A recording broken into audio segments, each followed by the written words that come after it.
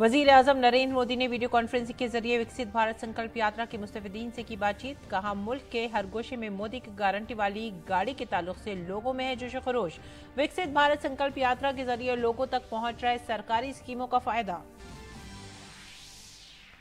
वजीर आजम नरेंद्र मोदी ने video conferencing के जरिए फिनटेक से मुतालिक global thought leadership platform infinity forum के दूसरे एडिशन से किया खिताब। भारत की तरक्की के सफर का किया जिक्र। कहा, उम्मीद भरी निगाह से भारत को देख रही है दुनिया।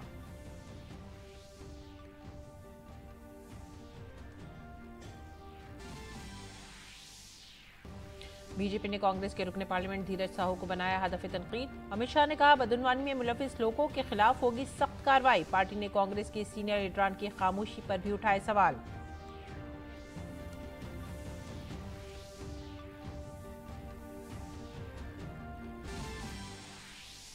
उमूर दाखिला और इमदाद बाहिमी के मरकजी वजीर अमित शाह ने उत्तराखंड के देहरादून में आलमी सरमायाकारी इजलास 2023 की अख्तामी तकरीब से किया खिताब। कहा, 21वीं सदी की तीसरी दहाई उत्तराखंड की होगी।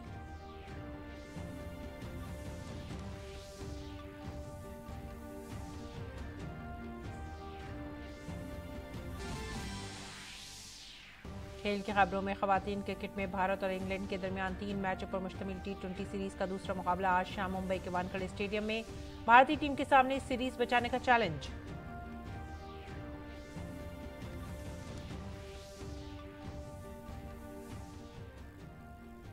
आदाब नाज़रीन, उर्दू खबरों में आप सभी का खैर मकदम है। नजर डालते इस वक्त की खास खबरों पर।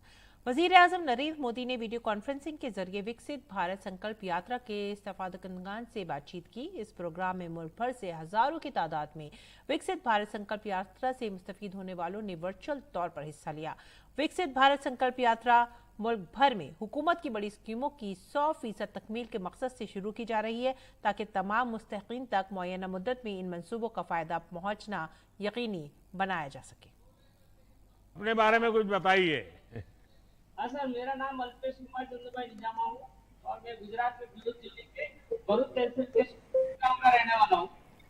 भारत सरकार की ये योजनाएं हैं और जो गुजरात सरकार की ये योजनाएं हैं, जो उसमें RKVY और AGR 2 AGR 50, उसमें से मुझे जो ट्रैक्टर उसके जो इक्विपमेंट है वो लिया सर। और जो आपकी जो PM सम्मान निधि योजना है सर, उसमें 15 हफ्ता मुझे। अल्पेश भाई, जब मैं आपकी उम्र का था तो मैंने 1 लाख क्या होता है, 2 लाख क्या होता है, 3 लाख क्या होता है सुना ही नहीं था। सही बात। और आप तो लाखों में बात कर रहे हैं। अच्छा, आपके पीछे कोई गुड़िया है, कुछ मुस्कुरा रही है, कौन है? मेरी बच्ची है सर, वो 5वीं क्लास में पढ़ती है सर। अच्छा, उसको पूरा मालूम है। क्या नाम बेटा तुम्हारा? मेरा नाम हनी निजामा है। तो तुझे मुंबई जाने का मन नहीं करता है? नहीं सर। तो तुम खेती में कुछ काम करती हो? नहीं। बिल्कुल नहीं करती। अच्छा, ये मोदी की गारंटी वाली गाड़ी आई है, तो तुझे मालूम था कि ऐसी यात्रा एक आने वाली है? हाँ। अच्छा, तो तुम्हारे सब दोस्तों को बताओगी? हाँ। पक्का बताओगी? भारत माता की, भारत माता की, वंदे वंदे।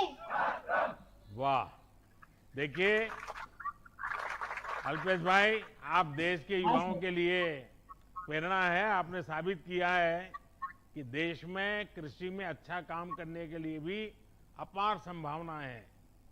आज बहुत से युवा खेती की तरफ मुड़ रहे हैं। हमारी कोशिश है कि हम अपने किसानों को बीज से लेकर बाजार तक का बेहतर माहौल दें। नाजिया जी नमस्ते। नमस्ते, आदाब सर, जय हिंद। आदाब आदाब। नाजिया जी बताइए, कैसी हैं आप और क्या काम करती हैं? जी सर, मैं शेखपुरा में रहती हूँ। मेरा नाम नाजिया नजीर है और मेरा हस्बैंड ऑटो ड्राइवर है और मैं दूध बेचती हूँ घर वालों को। GGM की वजह से हमें गवर्नमेंट ने पाइपलाइन बिछाए, उसकी वजह से हमें पाइपें मिले हैं और सर हम मोदी जी के शुक्रगुजार है, उसकी वजह से हमें बहुत बहुत शुक्रगुजार है, उसकी वजह से हमें घर पर ही साफ सुथरा पानी मिल रहा है और हमने बहुत स्कीमों का लागू उठाया है। तो हमने मैं भी मानता किया। हूं इससे पूरे देश को सकारात्मक संकेत जाता है और आपकी जो नई पीढ़ी है उनका भविष्य उज्जवल होने की गारंटी बन जाता है। वजीर आजम नरेंद्र मोदी ने वीडियो कॉन्फ्रेंसिंग के जरिए विकसित भारत संकल्प यात्रा के मुस्तफिदीन से खिताब किया। उन्होंने कहा कि हालिया इंतखाबात के नताइज ने वाज़ेह कर दिया है कि मोदी की गारंटी में ही दम है। ये विधानसभा चुनावों के परिणामों की आज भी बहुत चर्चा हो रही है। इन चुनाव नतीजों ने ये साफ कर दिया है कि मोदी की गारंटी में ही दम है।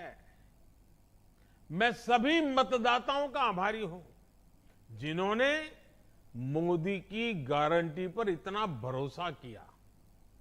लेकिन साथियों, सवाल ये भी है कि जो हमारे विरोध में खड़े हैं उन पर देश को भरोसा क्यों नहीं है।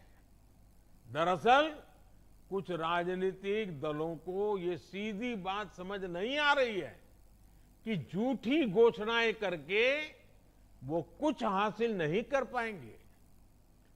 चुनाव सोशल मीडिया पर नहीं, जनता के बीच जाकर जीतना होता है। चुनाव जीतने से पहले जनता का दिल जीतना आवश्यक होता है। जनता के विवेक को कम आंकना ठीक नहीं है। अगर कुछ विपक्षी दलों ने राजनीतिक स्वार्थ के बजाय सेवा भाव को ही अपना काम समझा होता तो देश की बहुत बड़ी आबादी अभाव में, मुसीबतों में, तकलीफों में न रहती।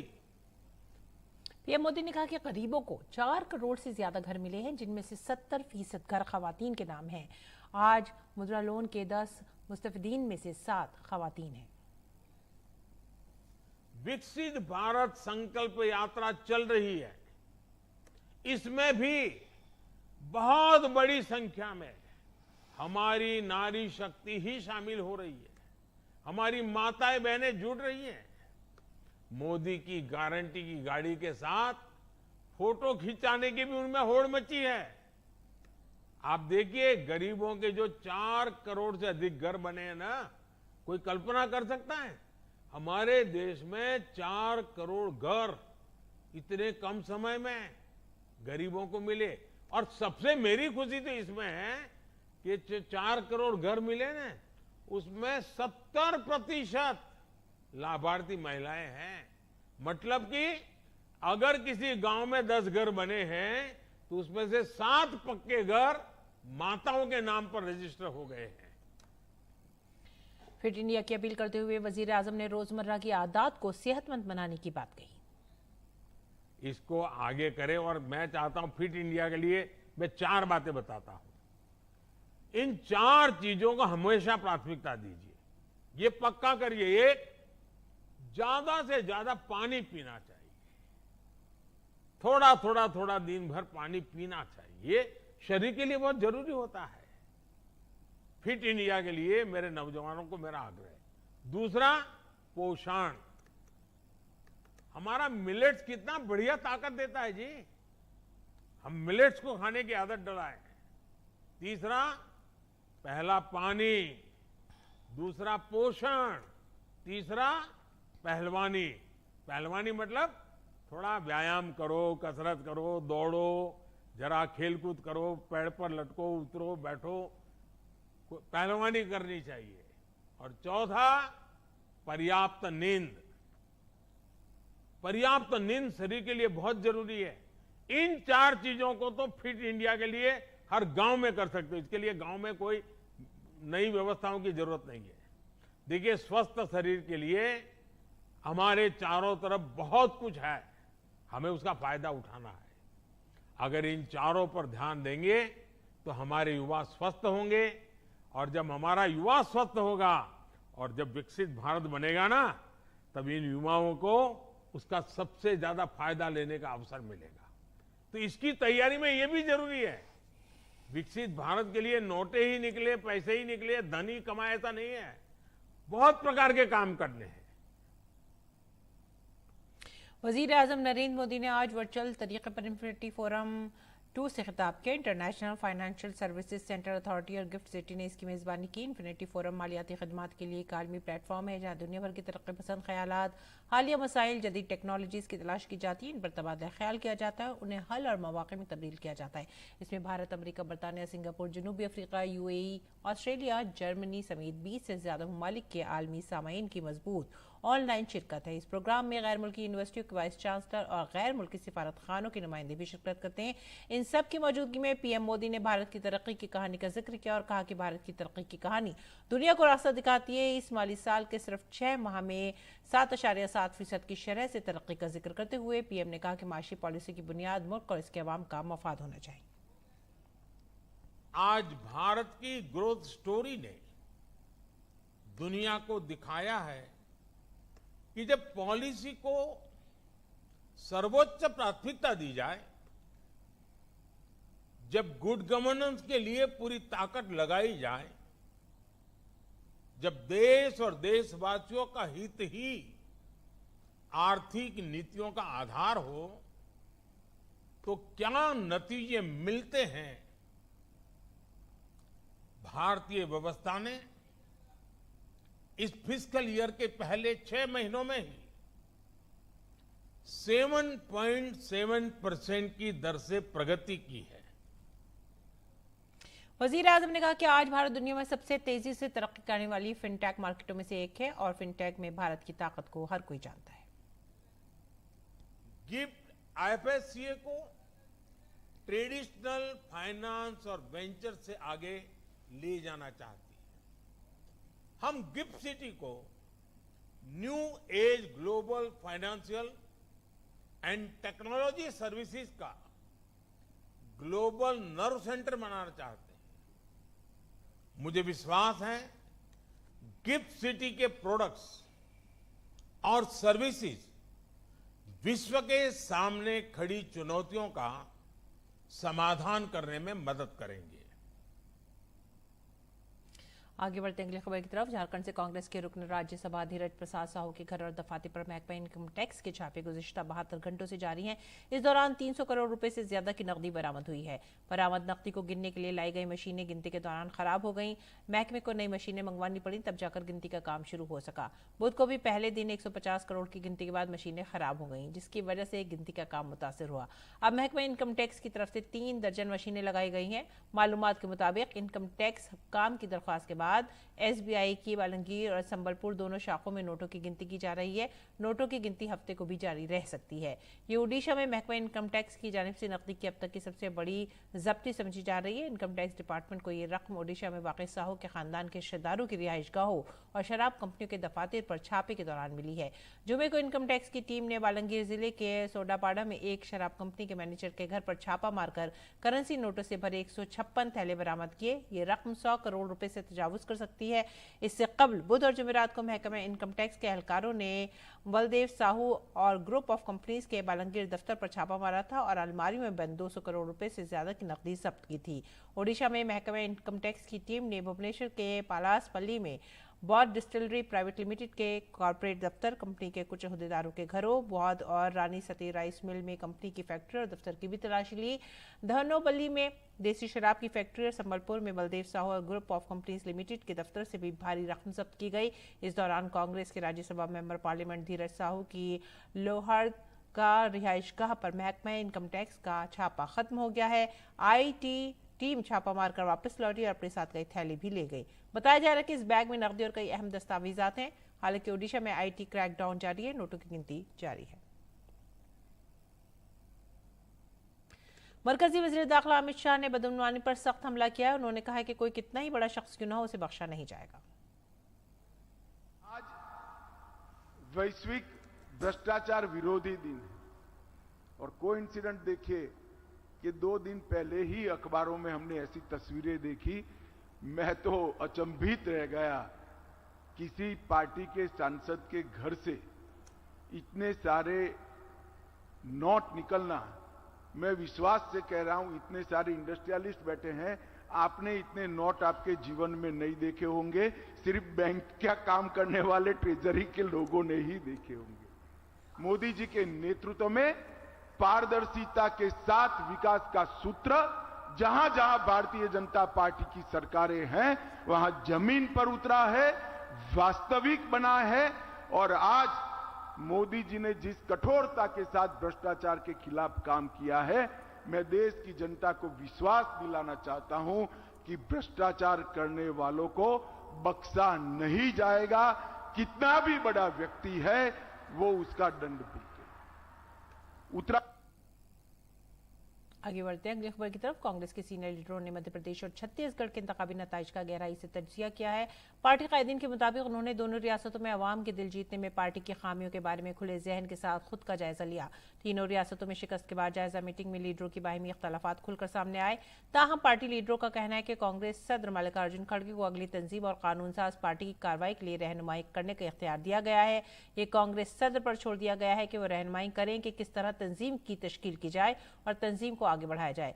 जराये के मुताबिक दोनों रियासतों के पार्टी लीडरों ने शिकस्त की वजूहात मायूसी, तालमेल और इत्तेहाद की कमी, वसाइल की कमी, बीजेपी की मुहिम का मुकाबला करने में नाकामी और कांग्रेस के वादों को आवाम तक पहुंचाने में नाकामी बताया।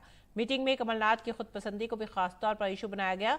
जयसिंह अग्रवाल, जो छत्तीसगढ़ की कांग्रेस हुकूमत में वजीर थे, ने भी नाम लिए बगैर छत्तीसगढ़ की आला क़यादत को जिम्मेदार ठहराया। और उत्तराखंड ग्लोबल इन्वेस्टर समिट 2023 के आखिरी दिन 8 सेशन मुनक़िद हुए, जिसमें कारोबार के हवाले से भारत और बैरून मुल्क के बहुत से सरमायाकारों के साथ मुआहदे तय पाए। मरकजी वज़ीर दाखिला अमित शाह ने उत्तराखंड ग्लोबल इन्वेस्टर समिट 2023 के इख्तितामी इजलास से खिताब किया। उन्होंने कहा कि धामी की क़यादत में की गई कोशिशों ने सलक्यारा ऑपरेशन को कामयाब बनाया। उन्होंने ये भी कहा कि अटल जी ने बनाया, मोदी जी ने संवारा और धामी की क़यादत में उत्तराखंड को आगे बढ़ाया। इसका मकसद 2047 तक एक तरक्की याफ्ता भारत बनाना है।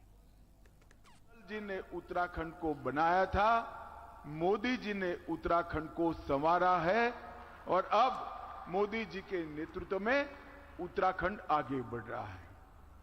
मित्रों, आज यहां पर डेस्टिनेशन उत्तराखंड के नाम से ग्लोबल इन्वेस्टर समिट हुई। 2 दिन की समिट में 3.5 लाख करोड़ के एमओयू हुए और आज कई प्रकार की नई शुरुआत उत्तराखंड के अंदर अनंत संभावनाओं को खोलने वाली शुरू हुई है। और मोदी जी ने लक्ष्य रखा है कि 2047 तक भारत एक पूर्ण विकसित राष्ट्र के रूप में सर्व क्षेत्र में विश्व में भारत सर्वप्रथम हो, ऐसे भारत की हम रचना कर पाए, ये लक्ष्य रखा है। तेलंगाना बीजेपी के रियासती सदर और मरकजी वजीर जी किशन रेड्डी ने कहा है कि उनकी पार्टी के मुंतखब एमएलए बाकायदा स्पीकर के आने के बाद ही हलफ लेंगे। कांग्रेस हुकूमत के फैसले पर सवाल उठाते हुए उन्होंने कहा है कि उनकी पार्टी AIMIM के एमएलए अकबरुद्दीन ओवैसी को प्रोटेम स्पीकर के तौर पर कबूल नहीं करेगी, क्योंकि ऐवान में ज्यादा सीनियर एमएलए मौजूद हैं। भारतीय जनता पार्टी तेलंगाना स्टेट ने तय किया है जो प्रोटेम स्पीकर का अपॉइंटमेंट जो अकबरुद्दीन को नियुक्त किया गया, हम उसको खिलाफ कर रहे, प्रोटेस्ट भी कर रहे। मजलिस पार्टी का व्यक्ति को प्रोटेम स्पीकर का अपॉइंटमेंट करना वो विधानसभा का जो नियम है, परंपरा है, ये परंपरा के खिलाफ है। ये बहुत सीनियर एमएलएस को अपमान भी है। इसलिए हम चाहते हैं जो प्रोटेम स्पीकर जो मजलिस पार्टी का इलीगली अपॉइंट हुआ है, परंपरा के खिलाफ अपॉइंट हुआ है, उनका समक्ष में हमारा एमएलएस ओथ नहीं लेंगे। हम रेगुलर स्पीकर आने के बाद ओथ लेंगे। मरकजी वजीर और छत्तीसगढ़ के लिए बीजेपी के मरकजी मुशाहिद अर्जुन मुंडा ने कहा है कि पार्टी के कानून साज पार्टी के साथ बातचीत के बाद बहुत जल्द वजीर आला के नाम का ऐलान किया जाएगा। माननीय प्रधानमंत्री जी का आभारी हूं कि उन्होंने मुझे अतिरिक्त दायित्व कृषि क्षेत्र, कृषि अपने आप में बहुत बड़ा कार्य क्षेत्र है, क्योंकि किसान है तो हम हैं, हमारा जीवन है। किसानों के लिए लगातार भारत सरकार विभिन्न योजनाओं के माध्यम से शोध के ऊपर में रिसर्च के साथ इस देश के मिट्टी में जो ताकत है और यहाँ के किसान की जो ताकत है वो ताकत सही तरीके से आगे बढ़े, ये माननीय प्रधानमंत्री जी का कोशिश है। मरकजी हुकूमत ने अगले साल मार्च तक प्याज की बरामदात पर पाबंदी आयद कर दी है। इसका मकसद मकामी मंडियों में प्याज की मुनासिब दस्तियाबी को यकीनी बनाना और कीमतों को कंट्रोल करना है। इस सिलसिले में directorate general of foreign trade का नोटिफिकेशन नाफिज हो गया है। नोटिफिकेशन के मुताबिक प्याज की कोई भी खेप सिर्फ इसी सूरत में बरामद की जा सकती है जब नोटिफिकेशन जारी होने से पहले इसकी लोडिंग का अमल शुरू हो चुका हो, शिपिंग बिल तैयार हो चुका हो, प्याज की लोडिंग के लिए जहाज पहले ही बंदरगाह पर पहुंच चुके हैं और उनका रोटेशन नंबर अलॉट कर दिया गया हो। ऐसे में अगले 5 जनवरी तक एक्सपोर्ट की जा सकती है। नोटिफिकेशन में कहा गया है कि दूसरे ममालिक की हुकूमतों की दरख्वास्त पर मरकज की मंजूरी के बाद प्याज की बरामद की इजाजत दी जाएगी। अगली खबर, दहशतगर्दाना साजिश के खिलाफ NIA एक्शन मोड में है। नेशनल इन्वेस्टिगेशन एजेंसी ने कर्नाटक और महाराष्ट्र में 45 मकामात पर छापे मारे हैं। एजेंसी के एहलकारों ने कर्नाटक और महाराष्ट्र के पुणे, थाने और भिंदर में छापे मारे हैं। जांच में अंदरून मुल्क ISIS की इंतहा पसंदाना नजरियात की तशहीर करने वाले मुलजिमीन के एक पेचीदा नेटवर्क का इंकशाफ किया गया है। तफ्तीश में मुलजिम एक पेचीदा नेटवर्क का इंकशाफ हुआ है जो हिंदुस्तान के अंदर ISIS के इंतहा पसंद नजरिए का प्रचार कर रहा है। उर्दू का सबसे बड़ा मेला ख्याल किया जाने वाला जश्न रेख्ता इन दिनों राजधानी दिल्ली के मेजर ध्यानचंद नेशनल स्टेडियम में जारी है। इस 3 रोज़ा तकरीब का मकसद उर्दू के मुख्तलिफ रंगों को यकजा करना और इसकी खूबसूरती का जश्न मनाना है। मेले में उर्दू अदब, कव्वाली, इस्लामी खत्ताती, गज़ल, सूफी मौसीकी, पैनल डिस्कशन वगैरह का एहतमाम होता है। पेश है ये रिपोर्ट। सज गया है, ढोल है, शहनाइयाँ बाजे, सब कुछ है इस निकाह में, इजाजत की कमी है। बात करने का हसीन तौर तरीका सीखा हमने, उर्दू के बहाने से सलीका सीखा। उर्दू की गंगा जमनी तहजीब की चाशनी से सराबोर हो गया दिल्ली का दिल, और दिल्ली के दिल में बसने वाला मेजर ध्यानचंद स्टेडियम। यहाँ की रौनक दोबाला हो गई क्योंकि फिजा में चाशनी खुली हुई थी उर्दू के रस की, और इस रस में बह रही थीं, सराबोर थीं गज़लें, शायरी, सिंपोजियम, कव्वाली और मुख्तलिफ फ़नी अशकाल में बहुत से ऐसे फ़नपारे जो जदीदियत और क़दीम तहज़ीब का अनोखा इम्तिज़ाज पेश कर रहे थे। हम इस आर्ट को बनाते हैं, इसमें तकरीबन 30 घंटे लगे हैं और इसमें हमने वर्ल्ड रिकॉर्ड बनाया है और इसमें 50,000 किलो को हैमर किया है। जश्न रेख्ता 2023 जो कि एक त्यौहार है हर उस शायकीन के लिए जो सरजमीने हिंद से प्यार करता है और जिसके दिल में हिंदुस्तान की सकाफत, यहाँ के रिवाज, रिवायतें और तहजीब बसती है। ये कैसा इश्क है उर्दू ज़बां का, मजा घुलता है लफ्जों का ज़ुबां पर कि जैसे पान में महंगा क़िमाम घुलता है। ये कैसा इश्क है उर्दू ज़बां का। आज हम मौजूद हैं जश्न रेख्ता में और यहाँ पर जश्न मनाया जा रहा है हिंदुस्तान की रिवायतों का, यहाँ की परंपरा का, यहाँ की सकाफत और तहजीब का, यहाँ की गंगा जमनी रिवायत का। तो इन रिवाजों को एक बार फिर संजोकर आगे बढ़ते हैं और आपको सैर कराते हैं जश्न रेख्ता की, जो कि जश्न है भारत का, जो कि जश्न है हम भारतवासियों का। उर्दू के लाजवाल हुस्न और खूबसूरती से भरपूर ये जश्न 3 रोज तक हर साल मनाया जाता है और लोग खास तौर से इस जश्न का इंतजार करते हैं क्योंकि ये जश्न है भारत का। पोइट्री ऑन क्लोथ्स, हर इंसान के एक जज्बात होते हैं, उसकी बड़ी ख्वाहिशात होती हैं, तो कुछ चीज़ें ऐसी हैं जो वो बयान नहीं कर सकते, तो पोइट्री ऑन क्लोथ एक ऐसा मकसद है जिसके थ्रू आप अपने जज्बात बयान कर सकते हैं। मैंने एक्चुअली अभी तक कोई भी सीज़न मिस नहीं किया है। मैं अपना जो ट्रैवल प्लान भी होते हैं, I work around the Rekhta calendar. पसंद क्यों है? आई थिंक दिल के बहुत करीब है। उर्दू ज़ुबानी ऐसी है जो दिल के साथ जुड़ी हुई है। यहाँ पर हिंदुस्तान के जायकों की बहार भी थी। ऐवान जायका में लखनऊ क्या, रामपुर क्या और दिल्ली क्या जैसे पूरा हिंदुस्तान सिमट आया था और लोग ले रहे थे चटखारे। जायका तो सभी जगह का अच्छा है और दिल्ली वालों, क्योंकि दिल्ली का जो अपना खाना है वो सभी पूरे देश का खाने के जायके आपको पुरानी दिल्ली में मिल जाते हैं। तो रामपुर को लाने का पर्पस इस बार यही था कि दिल्ली के जायके के साथ साथ रामपुरी खाना भी दिखाया जाए। हम लोग खाना बड़ा खाते हैं यहाँ, जन्नत की चाट अभी खा रहे हैं, यहाँ चपली का कबाब खाने वाली हूँ मैं, अभी मुंह में पानी आ रहा है। उर्दू एक जज्बा है, एक एहसास है जो किताबों से, अल्फाजों से निकलकर दिल में समा जाता है और अब ये लिबास पर भी अपने अल्फाज के साथ साथ आपके जज्बों को बयान कर रहा है। सादिया अलीम की रिपोर्ट, डीडी न्यूज़। और अब नजर डालते हैं आलमी खबरों पर। अमेरिका ने अक़वाम मुत्तहिदा की सलामती कौंसिल में इसराइल हमास तनाज़े से मुताल्लिक़ करारदाद को वीटो कर दिया। मुत्तहिदा अरब अमीरात की करारदाद में इसराइल और हमास के दरमियान फौरी तौर पर इंसानी बुनियादों पर जंगबंदी का मुतालबा किया गया था। 13 दीगर अरकान ने तहरीक के हक में वोट दिया। बरतानिया इस वोटिंग में गैर हाजिर रहा।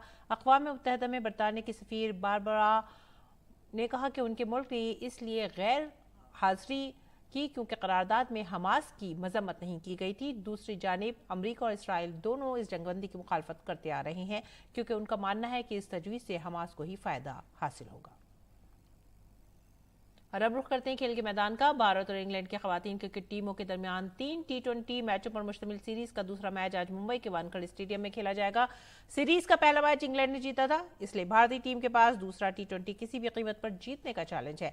ताहम पहले मुकाबले में भारतीय टीम की कारकर्दगी काफी मायूस कुन रही। टीम को बल्लेबाजी और गेंदबाजी दोनों में ही बेहतरी लाने की जरूरत है। शिफाली वर्मा के अलावा बाकी तमाम बल्लेबाजों की अच्छी कारकर्दगी नहीं रही। इंग्लैंड की टीम ने जहां अपनी कारकर्दगी को बरकरार रखा, वहीं टीम की बल्लेबाजी और गेंदबाजी दोनों बहुत मजबूत है। ऐसे में टीम अपनी कारकर्दगी को बरकरार रखना चाहेगी। इसी के साथ ही आप हमारी पूरी टीम को दीजिए इजाजत। आदाब।